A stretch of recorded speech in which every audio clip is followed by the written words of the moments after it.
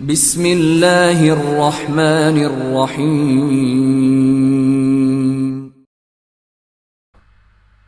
Episode 32۔ کتاب کا نام رزم و بزم، ساز و نغمہ، حسن و عشق اور محلاتی سازشوں کے جال میں پھنسے ہوئے انسانوں کی وقت کے ہاتھوں ذلت و رسوائی کی جانگداز داستانیں۔ مصنف الیاس سیتاپوری۔ قدیر نے سب کے چلے جانے کے بعد یحییٰ سے اپنے بارے میں پوچھا، سردار، میرا شمار ان تمام لوگوں میں نہیں ہوگا۔ میں آپ کا اس شرط پر ساتھ دوں گا کہ آپ معاشرے میں جو مقام بھی حاصل کر لیں گے میں آپ کا نائب رہوں گا۔ یحییٰ نے وعدہ کیا، مجھے منظور ہے۔ قدیر نے پرجوش انداز میں یحییٰ کا ہاتھ پکڑ لیا، پھر تو میں آپ کے لیے اپنی جان بھی دے سکتا ہوں، آپ بے فکر ہو جائیں۔ یحییٰ نے بھی اس کا ہاتھ جوش اور جذبے سے دبایا۔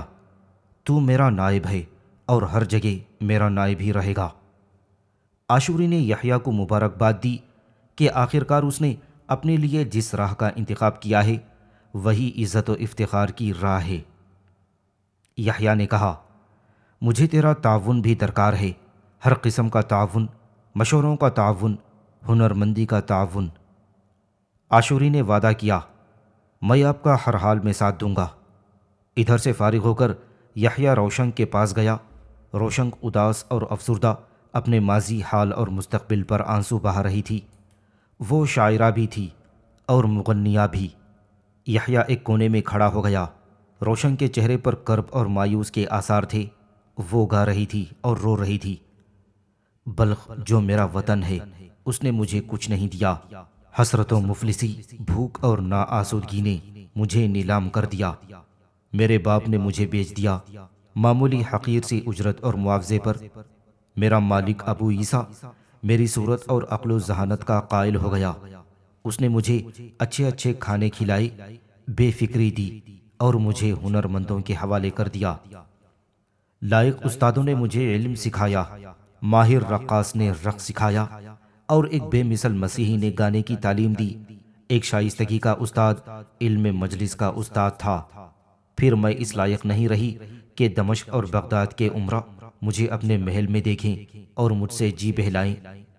لیکن اے زمانے، اے بے بہر زمانے، یہ تو نے کیا کیا، یہ تو نے کیا کیا؟ میرے آشیانے کے پاس ہی سیاد نے دام لگا رکھا تھا۔ سیاد جو زمانہ بھی کہلاتا ہے، سیاد جو میری قسمت ہے، سیاد جو میرا بخت روسیہ ہے، اور سیاد جو وقت بھی کہلاتا ہے۔ اس نے آڑے آنے سے پہلے مجھے گرفتار کروا دیا، اسیر کروا دیا۔ اسیر بھی کس کا؟ ڈاکوؤں کا، وحشیوں اور سفاکوں کا۔ وہری میری قسمت، اب میں ہوں، وحشی لوگ ہیں، میرے چاروں طرف غار ہیں، اندھیرے میری قسمت کی طرح تیرا اتار۔ یہاں دن میں بھی راتوں کی سیاہی راج کرتی ہے، یہاں میں ہوں، میرا مقدر ہے اور اندھیرے ہیں۔ دمشق اور بغداد کے امیر، تم کہاں ہو؟ آؤ اور مجھے ان اندھیروں سے نکال کر اپنے شبستانوں میں لے جاؤ۔ اے سلطان عالم الپ ارسلان، تو یہ کیوں نہیں دیکھتا کہ کمزوروں پر کیسا ظلم ہو رہا ہے؟ تیری حکومت میں یہ ڈاکوؤں کی کیسی حکومت؟ تو عیسائیوں سے جنگ کر، کافروں سے جہاد کر، تو ہم مظلوموں کو اندھیری غاروں سے نکال۔ اس کی پرسوز آواز میں ایک کرراہ تھی۔ یحییٰ کو اپنے پیشے سے اور زیادہ نفرت ہو گئی۔ وہ اچانک روشن کے سامنے گیا اور مؤدبانہ کھڑا ہو گیا۔ مت گھبرا، مت پریشان ہو، میں تجھے وہیں لے جاؤں گا جو کسی امیر کا شبستان کہلائے۔ روشن کے دونوں رخسار آنسوؤں سے تر ہو رہے تھے۔ یحییٰ روشن کے اشک آلود رخسار دیکھ کر تڑپ گیا۔ وہ اسے خوش و خرم دیکھنا چاہتا تھا۔ وہ حسرتیں جن کا روشن نے اپنی پرسوز آواز میں ذکر کیا تھا یحییٰ کے دل و دماغ پر ضربیں لگا رہی تھیں۔ اسے اپنے ڈاکو ہونے پر ندامت ہو رہی تھی، کیونکہ روشن جن کی تمنا کر رہی تھی یحییٰ کا شمار ان میں نہیں ہوتا تھا۔ روشن اپنی موجودہ حیثیت سے ناخوش اور آزردہ تھی۔ سامعین سے گزارش کی جاتی ہے کہ ہمارے دونوں چینلز کے پلیٹ فارم سے جتنی بھی آڈیو بکس کی ریکارڈنگ کمپلیٹ ہو چکی ہے اسے خود بھی سنیں اور زیادہ سے زیادہ شیئر کرنے کی کوشش کریں، اور ہمارے سوشل میڈیا پلیٹ فارم کے لنکس ڈسکرپشن میں دیے گئے ہیں، ہمیں سبسکرائب اور فالو ضرور کریں تاکہ آپ کو ضروری اپڈیٹس ملتے رہیں، اور ہماری ٹیم کی فنانشیل سپورٹ کے لیے پیٹریون کی لنک ضرور چیک کریں۔ جزاک اللہ۔ یحییٰ خاموشی سے ایک طرف بیٹھ گیا اور اپنے آنے والے خطرناک دنوں پر غور کرنے لگا۔ روشن نے اس پر کوئی توجہ دیے بغیر باہر کا رخ کیا۔ پہلے تو یحییٰ اس کے باہر جانے کے ارادے کا اندازہ نہیں لگا سکا تھا، لیکن جب وہ بالکل باہر چلی گئی تو یحییٰ اس کے پیچھے دوڑ پڑا۔ کہاں کہاں لڑکی، تم یہ کہاں جا رہی ہو؟ روشن کوئی جواب دیے بغیر آگے بڑھتی رہی۔ یحییٰ نے دوڑ کر اسے شانے سے پکڑ لیا۔ لڑکی، یہ تو کیا کر رہی ہے؟ یہ بھیڑیوں کی بستی ہے، یہاں کے مرد تیری درگت بنا دیں گے۔ روشن نے کئی جھٹکے دیے اور خود کو چھڑانے کی کوشش کی، پھر وہ زمین پر لیٹ گئی۔ باہر قدیر اور دوسرے کئی مرد موجود تھے۔ قدیر نے آگے بڑھ کر یحییٰ کی مدد کی اور روشن کو زمین سے اٹھانے میں مدد کی۔ دوسرے کئی مرد ہنس رہے تھے اور پوچھ رہے تھے، سردار، ہماری مدد درکار ہو تو ہم حاضر ہیں۔ یحییٰ نے روشن کو اپنی طرف جھٹکے سے کھینچا اور قدیر سے تقریباً چھین کر اسے اندر لے گیا۔ قدیر ان دونوں کے پیچھے پیچھے اندر داخل ہو گیا اور یحییٰ سے پوچھا، بات کیا ہے؟ یہ اسے ہو کیا گیا ہے جو یوں بھاگ رہی تھی؟ یحییٰ نے روشن کو قالین پر گرا دیا اور قدیر کو باہر نکل جانے کا حکم دیا۔ یہ تو اندر کس کی اجازت سے آیا ہے؟ قدیر اندر جہاں تک آیا تھا وہیں کھڑا رہا۔ تنزن پوچھا، سردار، آپ مجھ سے کچھ کہہ رہے ہیں؟ یحییٰ سخت مشتعل تھا۔ ہاں، یہ میں تجھ سے کہہ رہا ہوں کہ تو یہاں سے فوراً نکل جا۔ قدیر نے باہر جاتے ہوئے کہا، سردار، ویسے میں جا تو رہا ہوں، لیکن میں یہ ضرور کہوں گا کہ آپ زیادتی کر رہے ہیں۔ یحییٰ نے آگے بڑھ کر قدیر کو دھکا دیا اور جب وہ باہر نکل گیا تو دروازہ اندر سے بند کر لیا۔ قدیر کے ساتھیوں نے اسے دھکے سے باہر نکلتے دیکھا تو زور زور سے ہنسنے لگے۔ ایک طرف سے آواز آئی، عورت کا وجود ہی ایسا ہوتا ہے، جہاں ہوگی وہاں ہنگامہ ضرور ہوگا۔ کسی دوسرے نے کہا، اب یہاں کا سکون ختم ہو جائے گا۔ قدیر کو اپنی بے عزتی کا احساس ہوا۔ اس نے اپنے ساتھیوں سے کہا، یحییٰ سردار کو آخر ہو کیا گیا ہے؟ ابھی تو یہ پورا سردار بھی نہیں بنا اور ایک معمولی سی لڑکی کی خاطر ہمیں دھکے دے کر باہر نکال رہا ہے۔ اس طرح کیسے نبھے گی؟ اس نے اپنی رائے دی، لوٹ کے مال میں سبھی کا حصہ ہوتا ہے۔ قدیر نے تائید کی، بے شک، اس پر ہم سب اتفاق کریں گے۔ اندر یحییٰ روشن کو ڈانٹ رہا تھا، اس وقت تو بھیڑیوں میں رہ رہی ہے، یہ بات میں بار بار کس طرح بتاؤں؟ روشن اپنی زندگی سے بیزار تھی۔ تم سب بھیڑیے ہو، مجھے چیر پھاڑ ڈالو، میں تنہائی سے اکتا گئی ہوں۔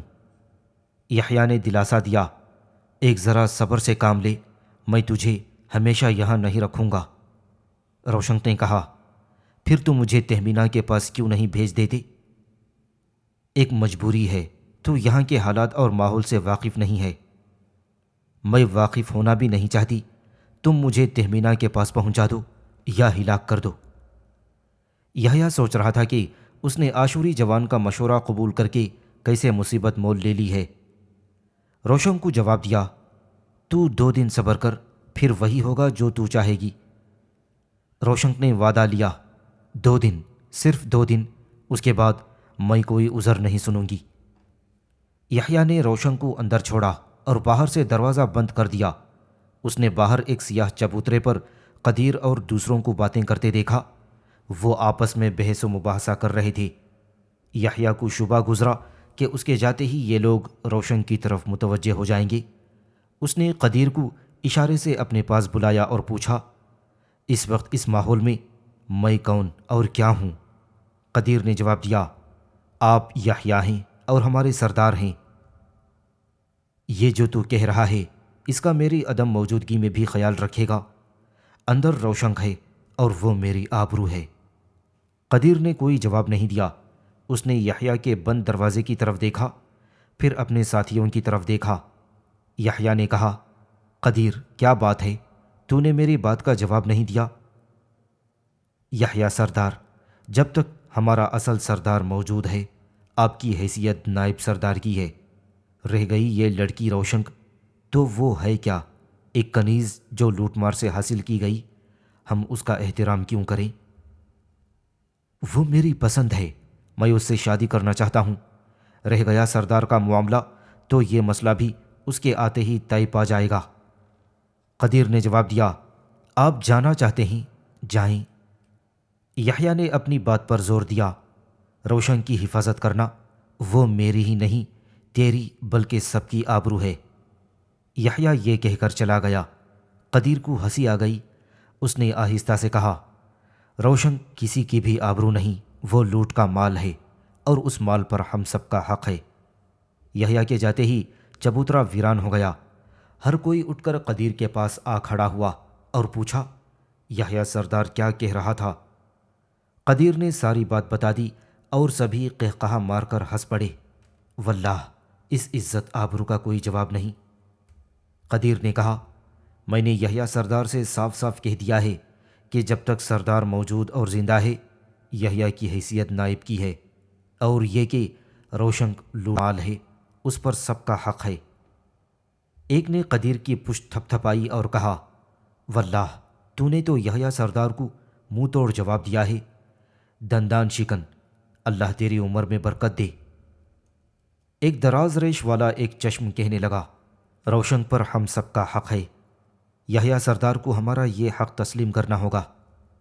قدیر نے اشارے سے انہیں صبر کی تلقین کی اور کہنے لگا، تحمل سے کام لو، ذرا صبر کرو، پھر وہی ہوگا جو تم سب چاہو گے۔ ایک چشم دراز ریش نے پوچھا، یہ روشن ہمیں مل سکتی ہے؟ ضرور مل سکتی ہے، بس ذرا صبر و تحمل سے کام لو، پھر جو چاہو گے وہی ہوگا۔ وہ سب روشن کے در پر بیٹھ کر گیت گانے لگے۔ کسی شاعر کا عشقیہ کلام، ان کی آوازیں اندر روشن کے کانوں تک پہنچ رہی تھیں۔ کچھ دیر بعد اندر سے تھپ تھپانے کی آواز سنائی دی۔ روشن ان سے کہہ رہی تھی، دروازہ باہر سے بند ہے نا، اسے کھول دو۔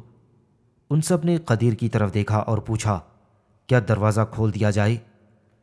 قدیر نے کسی قدر تامل سے جواب دیا، ہاں کھول دیا جائے، اس میں کیسا مذائقہ۔ انہوں نے دروازہ کھول دیا۔ زنجیر کے جھٹکے سے کھل کر لٹک جانے کی آواز دونوں کے ساتھ ساتھ روشن نے بھی سنی تھی۔ وہ دروازہ کھول کر باہر نکل آئی، لیکن قدیر نے باہر آنے سے روک دیا اور کہا، روشن تو اندر رہ، تیرا باہر آنا کسی طرح بھی مناسب نہیں۔ روشن نے جواب دیا، تب پھر تم لوگ اندر آ جاؤ، میں تنہائی سے تنگ آ چکی ہوں۔ قدیر نے کسی قدر تامل سے اس کی بات مان لی اور کہنے لگا، میں اپنے 2 ساتھیوں کے ہمراہ اندر آؤں گا، بقیہ باہر پہرا دیں گے، اور جیسے ہی یحییٰ سردار آتا دکھائی دے گا باہر والے ہمیں خبردار کر دیں گے۔ قدیر نے دراز ریش ایک چشم کے علاوہ ایک بد شکل رہزن کو اپنے ساتھ لے لیا اور اندر جاتے ہوئے اپنے ساتھیوں سے کہا، تم فکر نہ کرنا، ہم تینوں کے بعد تم لوگ اندر جاؤ گے، بس تم یحییٰ پر نظر رکھنا۔ روشن ان کا بے چینی سے انتظار کر رہی تھی۔ اس نے تینوں کا چند قدم بڑھ کر استقبال کیا۔ قدیر اور اس کے دونوں ساتھی روشن کو قریب سے دیکھ کر بہت خوش ہوئے۔ قدیر نے باری باری سرگوشی میں انہیں سمجھایا، زیادہ بے قراری مت دکھانا، اس وقت تم دونوں نارے جہنم کے پاس بیٹھے ہو۔ دراز ریش ایک چشم نے قدیر سے اتفاق نہیں کیا، نارے جہنم کیوں؟ یہ تو مجھے نسیم سحر لگتی ہے۔ روشن نے تینوں کو تسلی دی، واللہ تم نے تو مجھے باغ باغ کر دیا، میں تم سب کے ساتھ رہنا چاہتی ہوں، لیکن تمہارا سردار یحییٰ مجھے 7 پردوں میں چھپا کر رکھنا چاہتا ہے۔ قدیر نے جواب دیا، حالانکہ ایسا ممکن ہی نہیں۔ دراز ریش ایک چشم نے اپنی رائے دی، ہم قزاق ہیں رہزن، ہماری اس دنیا میں بھی کچھ اصول قاعدے ہیں، لوٹ کا مال ہم سب میں تقسیم ہوتا ہے، اور سردار سمیت کسی کو بھی یہ حق نہیں پہنچتا کہ وہ ہمارے اس حق کو ختم کر دے اور یہاں کے مروجہ قواعد اور اصول کی خلاف ورزی کرے۔ روشن انہیں دیکھ دیکھ کر مسکرا رہی تھی، افسوس کہ میں یہاں تمہاری مہمان ہوں، تمہاری تواضع بھی نہیں کر سکتی۔ روشن، سنتا ہوں تو خوش آواز خوش گلو ہے، ہم تیری آواز کے سحر میں کھو جانا چاہتے ہیں، اور اس ماحول میں اگر یہاں سردار آ جائے تو ہم اس سے نہیں ڈرتے، اور ابھی کچھ دیر پہلے اس پر یہ واضح کر دیا کہ لوٹ کے مال پر اتنا ہی ہمارا بھی حق ہے جتنا یحییٰ سردار کا۔ اگر یہ بات ہے تو ٹھیک ہے، بیٹھو اور باتیں کرو، میں تنہائی سے بیزار اور پریشان ہوں۔ تینوں روشن کے سامنے بیٹھ گئے۔ وہ تینوں ہی اسے للچائی نظروں سے دیکھ رہے تھے۔ روشن نے پوچھا، باہر جو لوگ موجود ہیں کیا وہ یہاں اندر آئیں گے؟ اس پر دراز ریش ایک چشم نے چہ محجبی ہو کر پوچھا، ان کا یہاں کیا کام؟ وہ یہاں کیوں آئیں گے؟ روشن نے جواب دیا، تم سب کے بقول میں لوٹ کا مال ہوں اور تم قزاق ہو۔ قدیر نے اپنے دونوں ساتھیوں سے کہا، تم دونوں باہر جاؤ اور اپنے ساتھیوں کو سمجھاؤ کہ وہ یحییٰ پر نظر رکھیں اور اسے اندر نہ آنے دیں۔ دونوں باہر چلے گئے۔ وہاں واقعی ہلچل مچی ہوئی تھی اور سبھی روشن کے پاس پہنچنے کے لیے بے قرار تھے۔ قدیر نے موقع پاتے ہی روشن کو سمجھایا، دیکھ روشن، یہ درست ہے کہ تو لوٹ کا مال ہے اور لوٹ کا مال ہم سب کا ہوتا ہے، لیکن یہ بھی ایک واقعہ ہے کہ تیرا شمار لوٹ کے مال میں نہیں کیا جا سکتا۔ تجھے ہم آپس میں کس طرح تقسیم کریں گے؟ روشن قدیر کی باتیں بہت غور سے سن رہی تھی۔ جواب دیا، میں خود بھی بہت پریشان ہوں کہ تم لوگ مجھے کس طرح آپس میں تقسیم کرو گے۔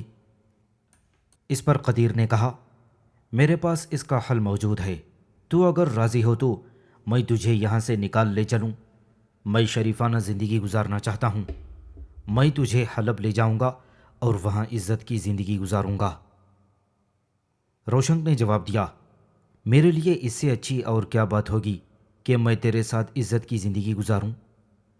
قدیر کو یہ یقین نہیں تھا کہ روشن اس کی بات اتنی آسانی سے مان لے گی۔ اس نے کہا، تب پھر یہ طے پا گیا کہ تو حلب میں میرے ساتھ عزت سے رہے گی۔ روشن نے خوشی کا اظہار کیا، ہاں یہ بات طے پا گئی، اب میں تجھے یہاں سے نکال لے جانے کا منصوبہ بناؤں گی، تو بالکل فکر مت کر۔ باہر دراز ریش ایک چشم اپنے ساتھیوں کو سمجھا رہا تھا، جلدی نہ کرو، تم سب کو باری باری روشن کے پاس لے جایا جائے گا، وہ خود بھی تم لوگوں سے ملنے کے لیے بے چین ہے۔ ایک تند و تیز قزاق نے کہا، او بھائی ایک چشم، اندر جا کر دیکھ وہاں قدیر کیا کر رہا ہے۔ دراز ریش ایک چشم نے جواب دیا، میں اندر واپس جا رہا ہوں اور قدیر کو تم سب کے پاس بھیجتا ہوں۔ میرا خیال ہے وہ کچھ زیادہ لائق اعتبار نہیں، اس سے نمٹ لو، پھر تم سب کا راستہ صاف ہو جائے گا۔ ہجوم نے کہا، یہ کون سی مشکل بات ہے؟ دراز ریش کا ساتھی اندر گیا اور قدیر کو جلدی جلدی بتایا، قدیر باہر مت جانا، وہاں تمہارے لیے خطرات ہیں۔ دراز ریش ایک چشم بھی تیزی سے اندر آ گیا اور قدیر کو بتایا، میں نے انہیں ہر طرح سے سمجھایا کہ باری باری سب روشن کے پاس جاؤ گے، مگر وہ نہیں مان رہے۔ وہ کہتے ہیں کہ اگر یہی بات قدیر اپنی زبان سے کہہ دے تو ہم سب یقین کر لیں گے، لیکن کسی اور کی یہ بات بھی ہم نہیں سنیں گے۔ قدیر دوسرے راستے سے باہر چلا گیا۔ ہجوم اسے باہر نکلتے نہ دیکھ سکا۔ دراز ریش ایک چشم نے اپنے ساتھی سے کہا، تو یہاں کیا کر رہا ہے؟ باہر جا اور وہاں جو کچھ نظر آئے ہمیں اس سے خبردار کر۔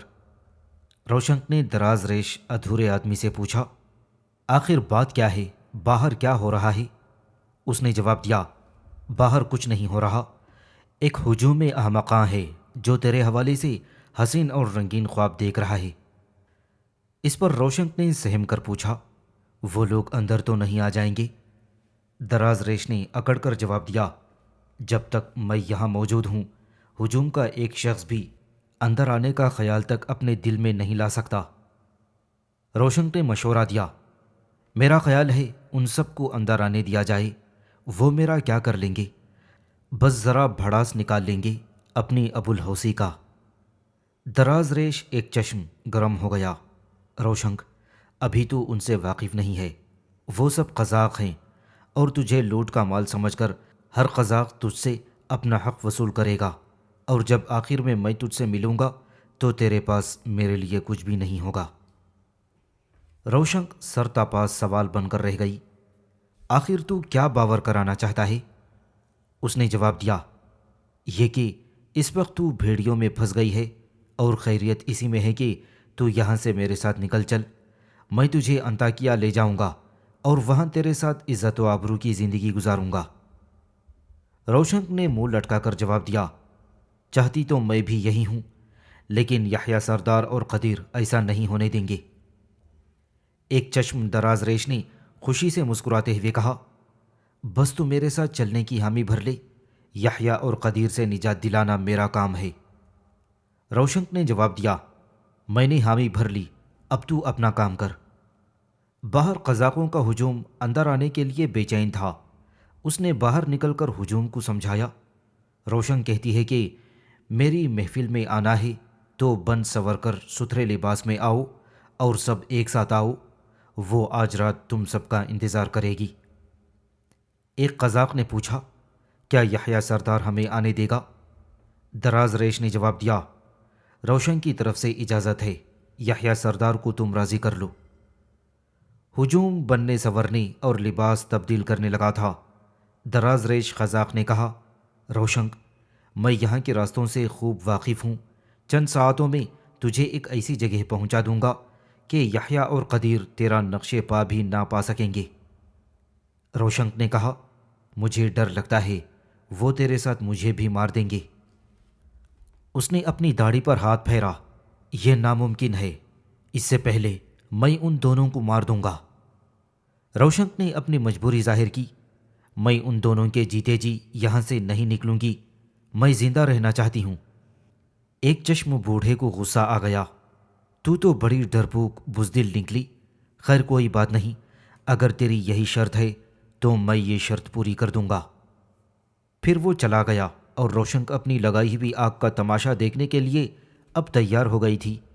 اس نے اپنے گھر کا دروازہ اندر سے بند کر لیا۔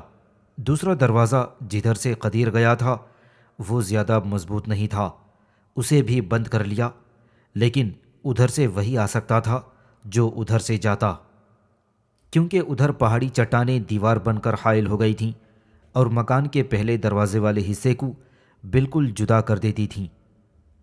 کافی دیر بعد کسی نے پہلے دروازے پر دستک دی۔ اندر سے روشن نے پوچھا، کون ہے؟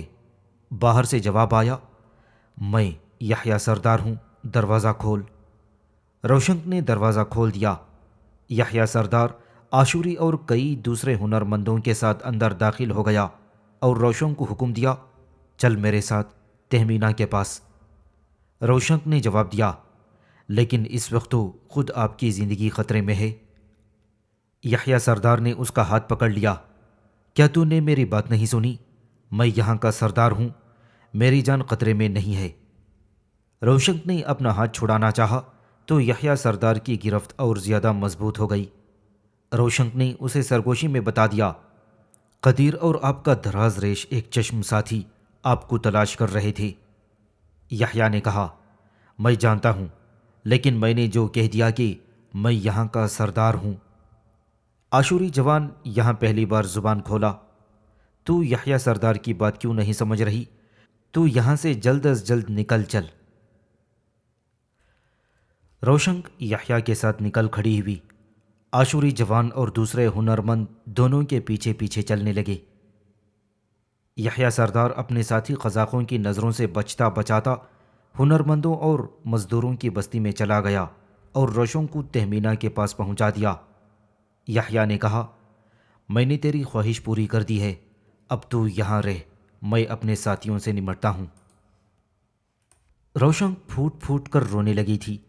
تہمینہ پریشان ہو گئی اور پوچھا، کیا بات ہے، تو کیوں رو رہی ہے؟ روشن نے یحییٰ سردار کی طرف اشارہ کر دیا، ان کی جان خطرے میں ہے، ان کے وفادار ساتھی قدیر اور دراز ریس ایک چشم انہیں قتل کر دینا چاہتے ہیں۔ یحییٰ سردار ہنسنے لگا، وہ دونوں مجھے نہیں مار سکتے کیونکہ میں ان کا سردار ہوں۔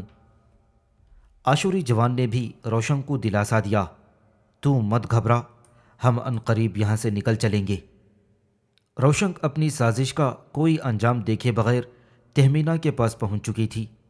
قدیر اور دراز ریش ایک چشم غائب تھے، لیکن روشن کو یہ یقین تھا کہ دونوں یحییٰ سردار کے خلاف کوئی نہ کوئی ہنگامہ ضرور کریں گے۔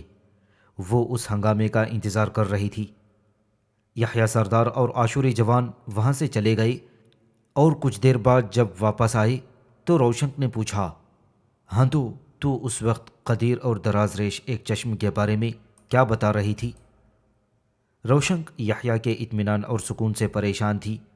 اس نے ذرا تامل سے بتایا، قدیر اور ایک چشم اپنے طور پر مجھ سے پیمان و وفا باندھ رہے تھے۔ اچھا تو پھر؟ قدیر نے مجھ سے کہا کہ تو میرے ساتھ حلب چل، میں وہاں باعزت زندگی گزاروں گا۔ اور تو نے اس سے کیا کہا تھا؟ روشنک نے کسی قدر گھبرائے ہوئے لہجے میں کہا، میں نے اسے صاف صاف کہہ دیا کہ میں یحییٰ سردار کی امانت ہوں، تو مجھ سے اس قسم کی باتیں نہ کر۔ یحییٰ مسکرا رہا تھا اور پوچھا، اور اس دراز ریش ایک آنکھ والے نے کیا کہا؟ روشن کی پریشانی میں اضافہ ہوتا جا رہا تھا۔ وہ یحییٰ کے اطمینان اور مسکراہٹ سے خوفزدہ تھی۔ یحییٰ نے پھر وہی سوال کیا، تو نے بتایا نہیں کہ اس ایک آنکھ والے بدماش نے تجھ سے کیا کہا تھا؟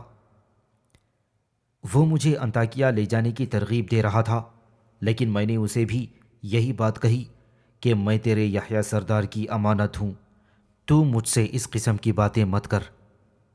یحییٰ سردار نے روشن کا شکر ادا کیا، میں تیرا شکر گزار ہوں کہ تو نے قدیر اور ایک آنکھ والے قزاق پر مجھے ترجیح دی۔ روشن اس کی باتوں میں طنز محسوس کر رہی تھی۔ یحییٰ سردار ڈینگے مارنے لگا، لڑکی، میں یہاں کا سردار ہوں اور یہاں کے لوگ میرے تابع فرمان ہیں۔ تجھ سے دوسروں نے کیا کہا اور تو نے انہیں کیا جواب دیا، یہ چھپنے والی باتیں نہیں ہیں۔ روشن نے خوف سے پوچھا، تو کیا میں جھوٹ بول رہی ہوں؟ یحییٰ سردار نے جواب دیا، پتہ نہیں تو سچی ہے یا جھوٹی، لیکن تجھے ہر حال میں یہ یاد رکھنا چاہیے کہ میں یہاں کا سردار ہوں۔ یحییٰ سردار چلا گیا اور تہمینہ نے روشن کو سمجھایا، یہ قزاق ہیں، بہت ہی چالاک لوگ، ہم انہیں آسانی سے بے وقوف نہیں بنا سکتے۔ روشن نے جواب دیا، یہ قزاق ہوں یا بادشاہ، ہیں تو آدمی، میں عورت ہوں اور میں انہیں بے وقوف بنا سکتی ہوں۔ اس پر تہمینہ ہنسنے لگی۔ وہ دونوں مرد جن کا تو نے ذکر کیا ہے، ہو سکتا ہے انہوں نے یحییٰ سردار کے ایما پر وہ باتیں کی ہوں۔ اس پر روشن سہم گئی، ہو سکتا ہے، لیکن ان کی باتوں سے ایسا نہیں لگ رہا تھا۔ تہمینہ نے اسے سمجھایا، ہم دونوں جس مصیبت میں مبتلا ہو کر اور گرفتار ہو کر یہاں آئے ہیں، اس سے چھٹکارا پانا آسان نہیں ہے۔ یہاں صرف عاشوری جوان سب سے مختلف اور سچا معلوم ہوتا ہے، باقی سب شاطر اور عیار ہیں۔ روشن نے تہمینہ سے پوری طرح اتفاق نہیں کیا۔ شاطروں اور عیاروں کو سچائی اور دیانت داری سے شکست نہیں دی جا سکتی، ان کے لیے ہمیں بھی کچھ نہ کچھ کرنا ہوگا۔ اچانک باہر سے لوگوں کی زور زور سی باتیں کرنے کی آوازیں سنائی دینے لگیں۔ دو عورتوں کا وجود ہنرمندوں کی پوری بستی کو اپنی طرف متوجہ کر چکا تھا۔ عاشوری جوان کا شاعر اسماعیل سے بس اس حد تک رابطہ قائم تھا کہ یحییٰ سردار دونوں کے درمیان واسطہ بنا ہوا تھا۔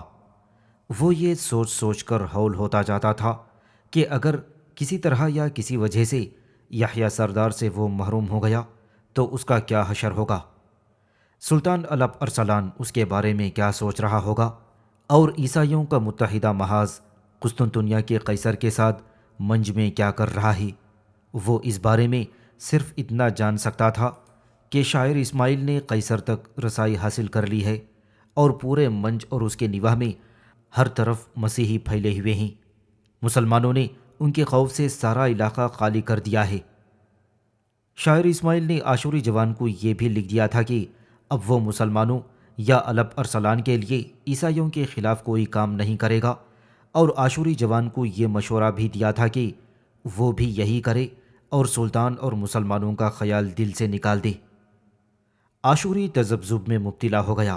وہ سوچ رہا تھا، کیا مجھے شاعر اسماعیل کا ہم خیال ہو جانا چاہیے؟ کیا سلطان الپ ارسلان بزنطینی 2 لاکھ سپاہیوں کا اپنا 15-20 ہزار سپاہ سے مقابلہ کر سکے گا؟ شاید نہیں۔ کیا ایشیائی کوچک اور اس سے ملحق اسلامی دنیا کو قیصر کے حق میں مسیحیوں کے لیے اپنے اپنے علاقوں سے دستبردار ہو جانا پڑے گا؟ یحییٰ عاشوری کی اس خط و کتابت پر نظریں رکھتا تھا۔ ابتدا میں وہ یہ سمجھتا رہا کہ شاعر اسماعیل اور عاشوری جوان معاشی چکر میں مبتلا ہیں، لیکن جب اس نے ان خطوں میں سلطان الب ارسلان، اسلام اور قسطنطنیہ کے قیصر اور عیسائیوں کا ذکر پڑھا تو اس میں تجسس بیدار ہو گیا اور یہ احساس پیدا ہوا کہ دونوں اس دور کے اہم انسان ہیں۔ عاشوری بھی کوئی بیوقوف انسان نہیں تھا۔ وہ یحییٰ کے سوالات کے جواب دینے کے لیے پہلے سے تیار تھا۔ چنانچہ یحییٰ نے عاشوری سے پوچھا، تو سچ سچ بتا کہ تو کون ہے اور سلطان الب ارسلان سے تیرا کیا تعلق ہے؟ عاشوری نے جواب دیا، میں مسیحی ہوں، لیکن اس کے باوجود مسلمانوں کے لیے کام کر رہا ہوں۔ میں شاعر اسماعیل کی مدد سے قیصر قسطنطنیہ اور عیسائیوں کو کسی بھی طرح یہ باور کرا دینا چاہتا ہوں کہ وہ سلطان الب ارسلان اور مسلمانوں سے جنگ ہرگز نہ کریں۔ اسی میں ہم سب کا فائدہ ہے۔ عیسائی اور مسلمان امن سے رہ کر ایک دوسرے کو بہت زیادہ فائدے پہنچا سکتے ہیں اور عالم انسانیت کا اسی میں فائدہ ہے۔ یحییٰ نے حیرت سے پوچھا، حالانکہ تو عیسائی ہے اور یہ جانتا ہے کہ قیصر اپنی 2 لاکھ افواج سے مسلمانوں پر حملہ آور ہوا ہے، اور شاید تجھے یہ بھی یقین ہے کہ مسیحی کامیاب ہوں گے اور مسلمان ناکام۔ عاشوری نے جواب دیا، ایک میں ہی نہیں، مسلمان بھی یہی کہہ رہے ہوں گے۔ یحییٰ نے کہا، تو صرف اپنی بات کر، مسلمانوں کی بات مسلمان کریں گے یا میں کروں گا، اور میں قیصر کی فتح پر یقین نہیں رکھتا۔ عاشوری کو اس پر بڑی حیرت ہوئی۔ وہ کیوں؟ یحییٰ نے جواب دیا، اس لیے کہ جنگیں جذبوں اور تجربوں سے نہیں جیتی جاتیں۔ مسلمانوں کو اس کا تجربہ بھی ہے اور جذبہ بھی رکھتے ہیں، لیکن قیصر اور مسیحی دنیا میں نہ تو کوئی جاندار جذبہ ہے اور نہ شاندار تجربہ، پھر وہ یہ جنگ کس طرح جیت لیں گے؟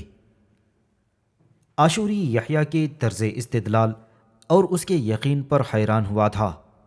اس نے جواب دیا، بہرحال میرا جو کام ہے میں کرنا چاہتا ہوں۔ یحییٰ نے متعامل لہجے میں کہا، اگر میں پہلے سے یہ سب جان لیتا تو شاعر اسماعیل کے ساتھ تجھے بھی یہاں سے نکال دیتا، لیکن اب یہ ممکن نہیں رہا۔ عاشوری کو ڈر پیدا ہوا کہ کہیں یحییٰ اسے نقصان تو نہیں پہنچائے گا۔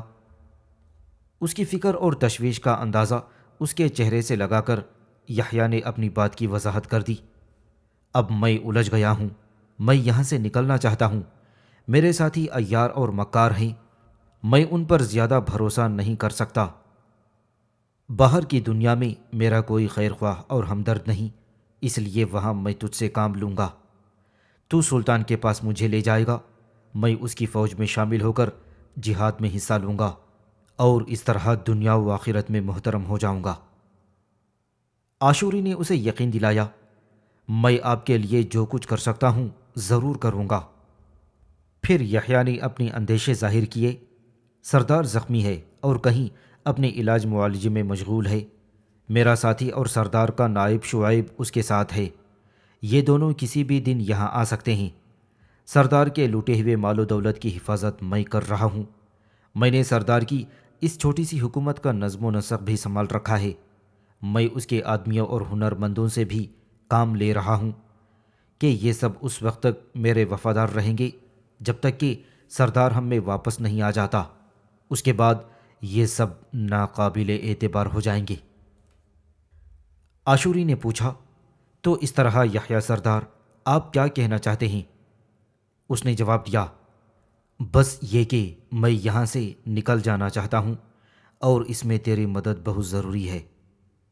عاشوری نے اسے یقین دلایا، میں آپ کی مدد ضرور کروں گا، لیکن پہلے آپ یہاں سے نکلیں تو صحیح۔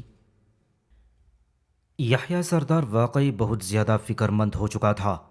ان دونوں لڑکیوں نے مجھے اور زیادہ پریشان کر دیا ہے، میں انہیں بھی یہاں سے نکال لے جانا چاہتا ہوں۔ آپ کو جو کچھ بھی کرنا ہو جلد از جلد کریں، سردار واپس آ گیا تو ہم کچھ بھی نہیں کر سکیں گے۔ اور پھر دونوں باتیں کرتے ہوئے ہنرمندوں کی بستی میں چلے گئے